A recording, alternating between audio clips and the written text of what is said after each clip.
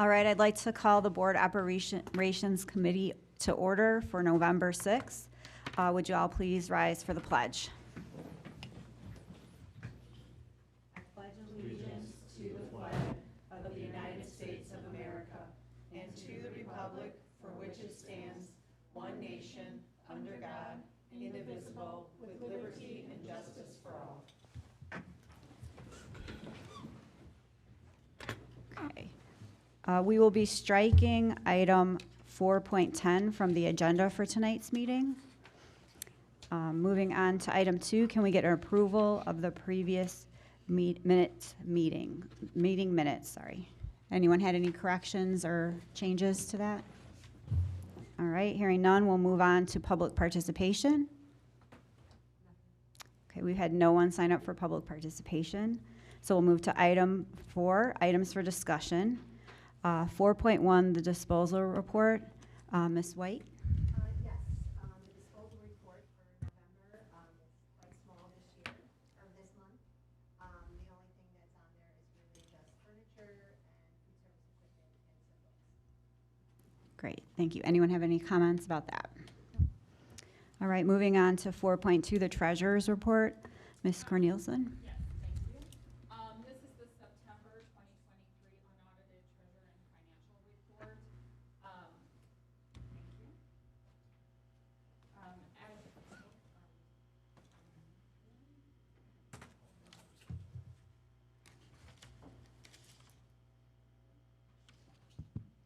There we go. As you can see, we are on target and on trend in our expenditures.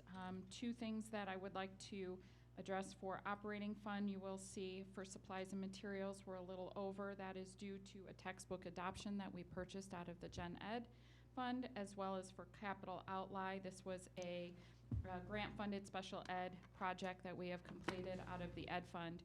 Those two have created a little higher of a percentage for this month. We do have a tort fund deficit balance of $545,000. This is offset by our working cash by a temporary loan that we do each month. Again, we are on track for our audit that we will be presenting to the board in December. Great, thank you. Any questions on the treasurer's report? Okay, hearing none, we'll move on to item 4.3, advertising sponsorship agreement. Mr. Parisi.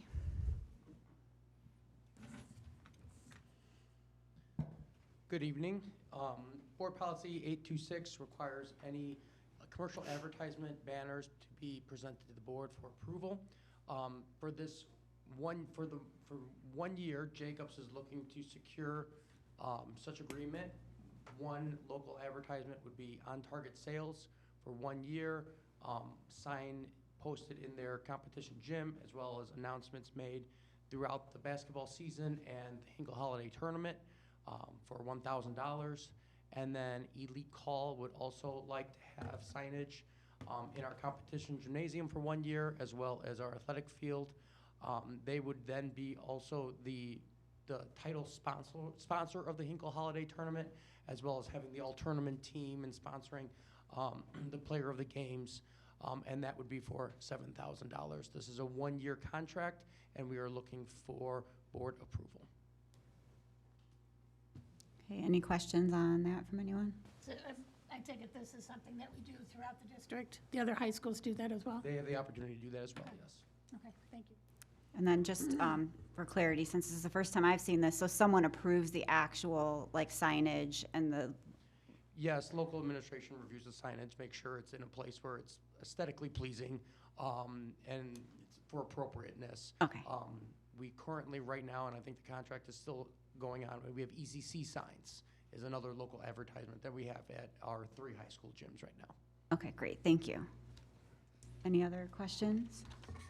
All right, thank you. Moving to item 4.4, copier paper bid. Ms. White?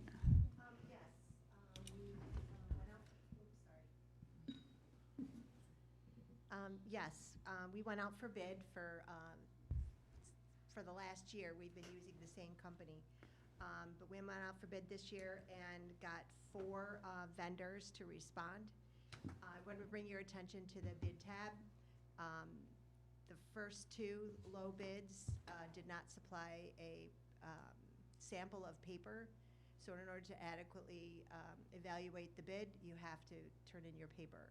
So we went with the third lowest, and that's Garvey Office Products. I do want to say one good thing, that paper is now 26% lower than it was in the past year. That is good So, news. Yay, yay for paper. And I really just wanted to make sure you saw that. So we recommend Garvey Office Products for paper. Great, and thank you for explaining why the 2 lower bids were not credible. Yes. Thanks. All right, any questions on that? Anyone? Okay. 4.5 music equipment bid, you're up again. Yes, this is for music instruments. These are the instruments that vendors did not hold their price for the next year. And we received 3 bids, and each one of the vendors it's a line item approval, and each of the companies did get some instruments. And the estimated amount that we would be purchasing from this contract is around $81,000. We have a new one in the mix, it's Sweetwater, for the first time they bid this year. Okay, any questions or comments from board members on that? Okay, thank you. 4.6 trade labor bid extension, Mr. Mickle. Good evening. Last year, in October of 2022, actually 2 years ago, sorry, we went out to bid for trade labor for time and material. We had the option to re-up the contract with certain parameters, and we are asking for permission, recommending that we award the following contracts at no additional increase this year for cost, which is also very exciting for us. So the categories are for our fire alarms and security. We have Oak Fire. For concrete is Copenhaver Construction. Data wiring, Renaissance Communications. Electrical is Ron Jones Electrical. Food service equipment, HVAC, plumbing, sewer work is Core Mechanical. HVAC, strictly HVAC is also Core Mechanical. Overhead doors is Superior Overhead Door. Paving is AccuPaving. Plumbing, back to Core Mechanical. Roofing and gutters, along with roof repair, is WeatherGuard. Sewer work, Core Mechanical strikes again. Stadium lighting, Ron Jones Electrical. Tree maintenance, Trees R Us. Tuck pointing is Silers Incorporated. All of this work is time and material, so we get bids for those, and all those funds would come out of Fund 20, out of the maintenance fund. Great, so it sounds like this is establishing a pool of people we can use should we have a need for any of these services, and then they would bid that work at that time. Yes, they would quote that work. Yes, ma'am. Great. Are these Thank you. companies that we've used in the past? Absolutely, yes, ma'am. Okay. Any other questions? I'm sure that most of it doesn't apply to this, but we still adhere to a prevailing wage in the district, correct? Yes, ma'am. Yes. Okay, thank you. Great, thank you very much. Item 4.7, work order facility rental software contract renewal.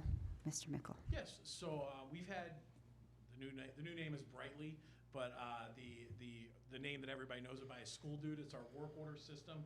We also use it for our facility rentals for scheduling and billing, asset essentials for keeping track of our assets, capital forecast direct for projects and forecasting tools for when things need to be replaced, and then also Energy Manager, which helps us monitor and manage schools with energy costs and trying to save energy there.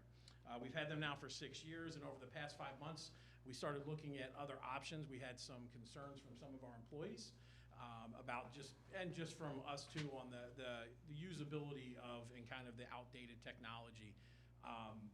We saw some decent products, but then when we reached out to Brightly and Diane White did a great job helping us. They actually have new products, a new upgrade, which is more it's cloud-based instead of web-based or site-based. We looked at that. Our guys loved it. The new app is fantastic. It gives us a chance also on the rental side to put pictures of these spaces that they can use, so the community or groups that want to use it can see that. So working with Diane, she did an amazing job getting us negotiating 6 months free or at no cost into the contract. So we're looking at, for year one, a grand total with all those, keeping the same departments there that we would use, or areas we would use. We're looking at a grand total of $71,730.38. And then for year two, we're looking at $78,796.51. So over that 2.5 years, all the way out to January 2020, actually 3 years, sorry, January 2026, it would be a grand total of $150,526.89, which would come out of the Operations Fund 20. Would that improve the processing of, like, requests through that system as well? Yes, it makes it easier to manage, especially on the facility side too. It gives us more areas that we can utilize our techs and get the work orders processed more quickly. Sorry. Great. Any other questions on that? Okay, thank you. It sounds like a nice improvement. Hopefully it provides some efficiencies for the, for spending time in, more important areas. 4.9, tentative levy and resolutions and approval to publish public hearing notice. Mrs. Porter. Oh, I'm sorry, I jumped ahead. You're excited about the I levy. am. 4.8, school interfund transfer resolution. Thanks. As Robin said, our auditors will be here next month to talk about our FY 22-23 actuals after they've been audited. At this point, we have a $12 million surplus in our operations and maintenance fund, and as we continue to have capital projects, I'm recommending that we do transfer that $12 million into our capital projects fund to make sure that we are staying up to date with our facilities and covering just any improvements that are needed. And although there is not a hearing that is required from the operations and maintenance fund to capital, we still are seeking board approval. Great, thank you. Anyone have any questions on that, comments? Okay. Yeah, good. Okay, back now to 4.9, tentative levy and resolution and approval to publish public hearing notice. Okay. Just bear with me 1 second, okay? So I'm here to present the 2023 tentative levy. This is an item that we will bring back to the board for approval next week to make sure that we can publish it in the newspaper and set the hearing up for December. First and foremost, I want to bring us back to our students here, what we're here for, to discover, innovate, and succeed. Everything that we do, as you saw in the budget presentation last month, actually it was 2 months ago now, but our strategic plan is what drives all the decisions that we do make here. We have our core values and guiding principles that we make sure that we reflect on, because we don't want to go into any short-term actions. We don't want to make those long-term, any long-term issues. So when we look at our tentative tax levy, we go back to D300 is in the best financial shape in the last 20 years. We have a strong fund balance and a sustainable financial model to ensure all financial stability is something our entire community can take pride in.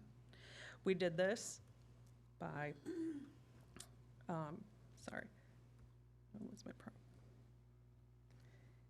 operating under a balanced budget each year, by building up our cash reserves, by restructuring our debt to pay it down, and funding capital projects with operating surpluses to avoid taking on additional debt, as we just talked about. And we did all this while having a declining tax rate for the last 8 years. Our district's financial strength provides us with the ability to pursue some of the most important drivers of student success. For example, we can prioritize and attaching the most highly qualified and talented candidates who are aligned to the district's mission and vision. We can maintain our current staffing levels without making reductions, and as we navigate through a tight labor market, we are positioned to retain our staff. We can continue to provide a low teacher-to-student ratio that is conducive to learning and provide resources to ensure every student has the tools to be successful inside and outside the classroom. And we can continue to maintain and improve our facilities and grounds to ensure that they provide our students with ideal and safe learning environments. In addition to all of these items, our district's financial strength affords us the flexibility to maximize our tax levy while simultaneously reducing the homeowner's tax rate. All of us are impacted by the current economic environment. We love to see that paper is going down 26% because hopefully other things will start going down. We know that inflation has complicated the lives of most of the people in our community, and we feel strongly we will be able to provide our students, staff, and community with resources while reducing the district's tax rate.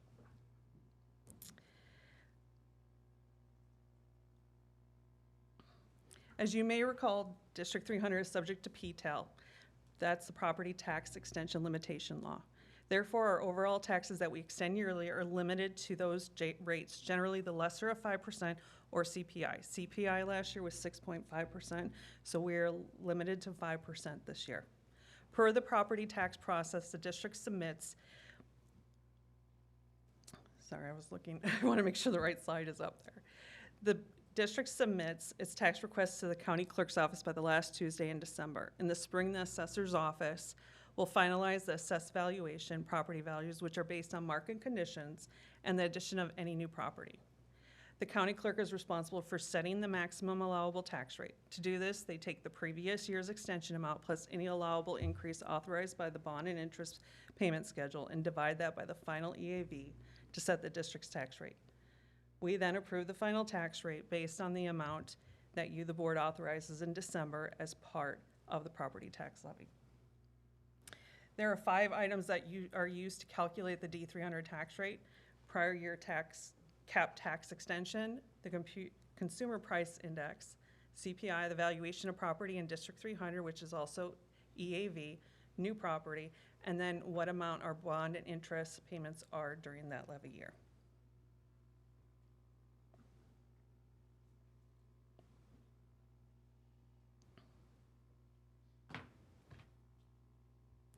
The first step is to look at the prior year actual levy. In levy year 2022, we levied $234 million, and our overall tax rate was 5.1499. And that is the blended rate for all 4 counties: Kane, McHenry, Cook, and DeKalb. From there, we build in some assumptions that we then factor in how we project what we want to extend for the following year. In levy year 22, our overall EAV was a little over $4.9 billion. In our ask, again, this is our ask, we are estimating new property of $152 million based on projections from the county assessors and then a $50 million cushion. When we add the $152 million in new property to the overall prior year EAV, we estimate that the levy year 2023 EAV is going to increase to $5.1 billion. This change in the prior year EAV is expected to increase by 5% by the Consumer Price Index, and that is used for the levy year 2023 property taxes. Because of PTEL, again, we are capped at 5% instead of using the actual CPI of 6.5%. When I say ask, we overestimate our request for new property and our extension amount to accommodate any unforeseen variances related to the final EAV and any new property used in the calculation for April. Especially since our district resides in 4 counties and we only have estimates, we don't have actuals. It makes it very difficult. We want to make sure that we can access any additional EAV that might come onto the books because that helps overall taxpayers. In a PTEL situation, if we don't claim all of the property, we will never get that opportunity to get that property tax revenue back for the district. So with our ask, which again is an overestimated amount, we'd go from $234 million in levy year 22 for a total extension of $267 million for levy year 2023. If you look at the overall tax rate, you will see the increase from 5.1499 to 5.2356 in this scenario. Again, in our ask, we want to overestimate so that we don't leave any money on the table. We want to claim all property because we will never get that opportunity to claim that property again. Due to the state statutes, there are maximum rates that we're limited to. For example, if you look up there at the special education, you'll see that the maximum rate is 0.8%. And you see in our ask, it's 0.8799. When our levy goes, they will make sure, the county clerk's office will make sure it only goes to the 0.8 to that limit. It will not exceed anything. It will not exceed past the 8.8%. Now we're going to look at what we are projecting, utilize the information we have today. And we believe the actual numbers, what these actual numbers will be and what it looks like to the local taxpayers. The only thing what we really see here is that I took out the $50 million cushion. So everything else is the same. When we do the calculations with the expected EAV of $102 million, the district expects to collect $250 million for the levy year 2023. The overall tax rate is expected to drop from 5.14 to 5.10, so it's a 4-cent drop. This calculation doesn't take into consider all the assumptions in the previous slide. How does this affect the taxpayers? So we look here at how it affects Kane and McHenry County homeowners. So if we have a home value that's $250 million that was in 2022, and we take that same home and increase that value by 5%, you'll see that although the rate does go down to 5.11, the increase will be $77. And that is again because the home value is increasing. If that home were to stay at $250,000, you will see that with the drop in the tax rate, the tax amount will go down by $136.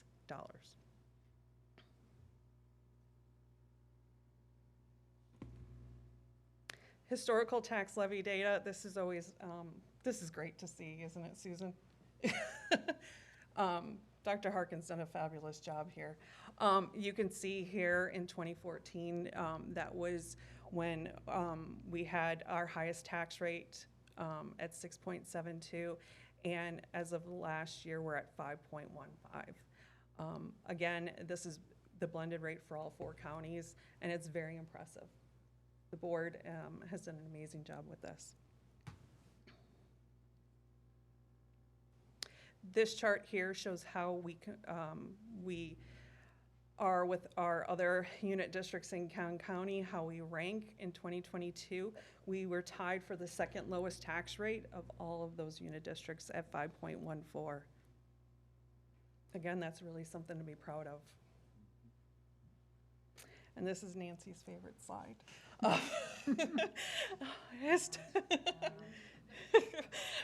We typically will show the effect of the tax increment financing districts, and we have 33 of those in our District 300 boundaries. With TIFs, what happens is the tax dollars that would typically go to the school districts go to the villages for improvements in these districts. Currently, we have $6.8 million of D300 property tax dollars that are diverted to our local municipalities.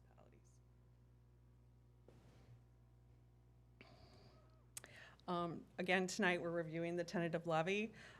Next week, I will present the tentative levy, not in as much detail, but we will also ask you to vote on the adoption of the tentative levy resolution. We'll come back in December, and I'll provide you with any updates at that board operations meeting. And then we will hold the hearing and vote on the adoption of the levy. Once that vote happens, we'll file the levy, and then starting in April, we will receive the tax computations. That's when we'll really know what the rates came in for. And then in May, we'll begin receiving property tax dollars. And I wanted to know if there's any other questions tonight. Well, thank you for going through the same thing. For the newer board members, this is the same process that we follow every year.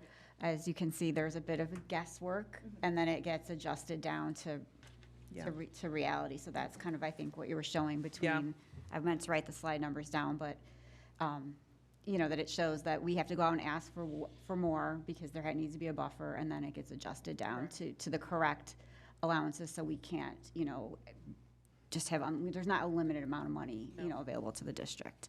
I remember this from one of the meetings last year. Yeah, you'll see it several times.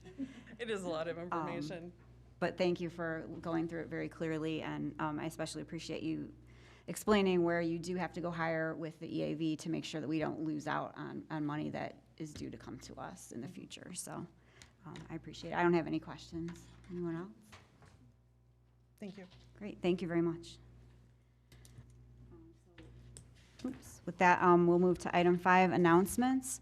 The next Operations Committee meeting is scheduled for December 4th at 4:30, and that's because we have November, December, In in January. January, only have one board meeting because of the holidays, so it's another Monday meeting, right? It is. Okay, so just to keep you on your toes, make sure you're coming on the right day, it's December 4th.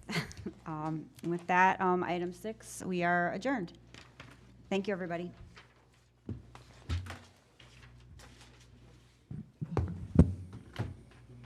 Feels strange. Yeah, it does. Oh, thank you for my nice pen back. See you Did next it work okay? It's a pretty good one.